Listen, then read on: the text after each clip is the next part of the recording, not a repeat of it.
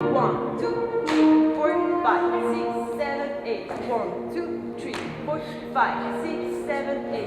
1, 2, 3, 4, 5, 6, 7, 8. 1, 2, 3, 4, 5, 6, 7, 8.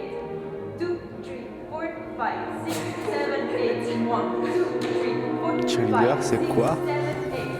Cheerleader, c'est déjà notre première collaboration, Maud et moi.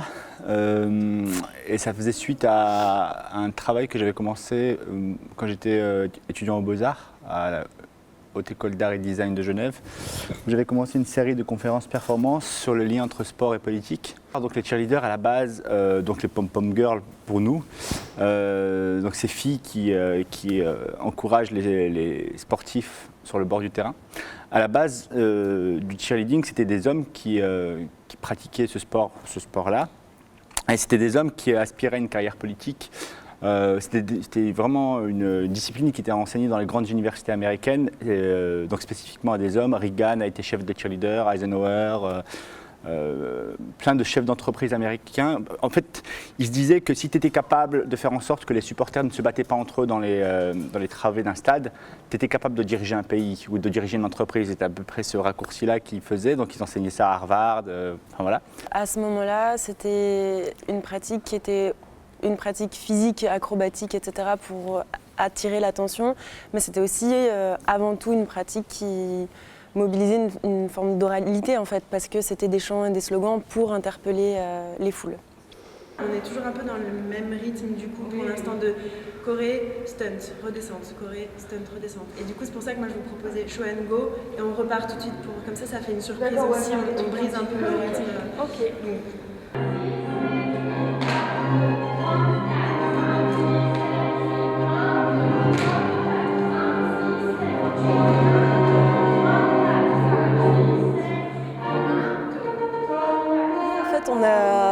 On a connu ça grâce à notre coach, donc qui a été contacté par Maud.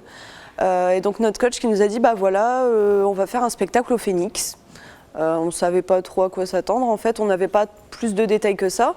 Donc on est venu un petit peu à tâtons au mois de février pour les premières répétitions. Donc là, on a fait beaucoup d'ateliers, des jeux aussi pour jouer sur la synchronisation, des jeux de rythme, etc.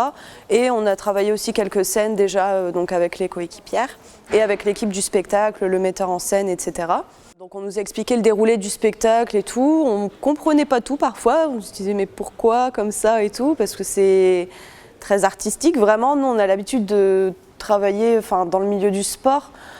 Même si c'est un côté artistique, on n'a pas la recherche de l'idée un peu cachée, etc. Nous, c'est pur et dur, tout simplement, quoi. Ce qu'il faut aussi peut-être spécifier, c'est que c'est des équipes de cheerleaders qui ont en général deux types de pratiques. C'est ce qui s'est un peu passé dans toutes les villes où on a joué.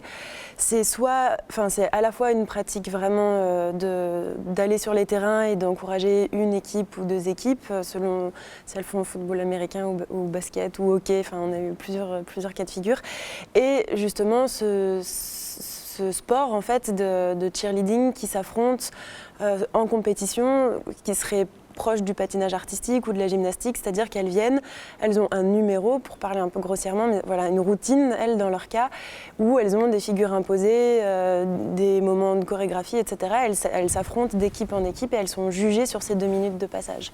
Donc nous, on les a invitées à travailler sur cette routine-là, parce que c'est aussi du coup quelque chose qu'on peut créer avec elles au départ, lancer comme ça des consignes, mais ça leur donne un cadre qu'elles peuvent aussi travailler quand on n'est pas avec elles. Et puis après, c'est la partie la partie plateau, où elles sont là maintenant dans la nouvelle forme de spectacle, invitées à éprouver justement ce long temps de spectacle avec les actrices et danseuses du spectacle. My parents left because they didn't want me.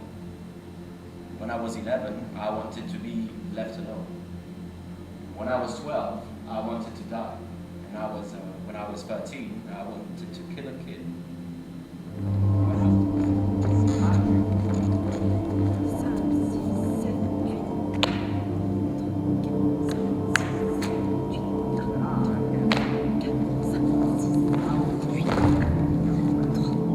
spectacle a beaucoup bougé parce qu'il a été quand même très difficile. Très difficile. Le sujet lui-même était passionnant. On sentait qu'on avait un sujet hyper intéressant, mais pour trouver un format qui ne soit pas didactique, qui ne soit pas simplement celui de mettre au plateau ce que je suis en train de vous raconter, mais plus de dire qu'est-ce qu'on fait maintenant qu'on sait ça, quelle forme on donne à ça, qu'est-ce qu'on critique quand on parle de cette culture américaine qui a créé cette figure de la cheerleader. On s'est mis à la recherche, donc c'est un spectacle qui a quasiment changé entre chacune des villes. Déjà de par le fait qu'on travaille avec les cheerleaders du coin, ça, on en reviendra tout à l'heure, ça nous a quasiment le fait de travailler avec des amateurs, ça nous a donné une bonne excuse de toujours réinventer le spectacle. Donc le non-accès à la parole, pour moi, il était devenu... à force de regarder notre propre spectacle dans les autres lieux, je me disais, mais on n'est pas en phase avec ce qu'on essaye de raconter.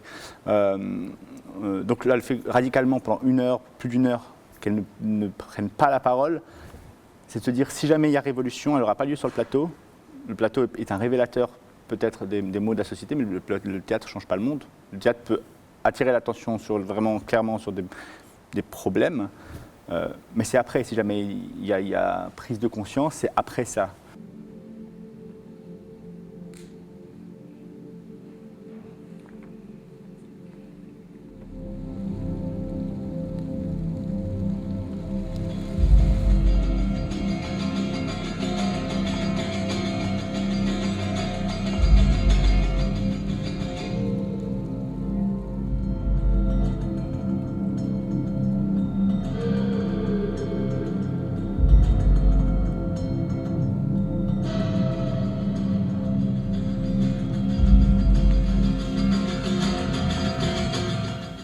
When I was a kid, I hid my heart under the bed because my mother said, if you're not careful, someday someone's gonna break. As you begin to remove the negative, toxic people from your lives, as you decide to take some chances in your lives, and that's one of the things that's very important. You got to embrace the faith and believe that one day is going to be my day. I was told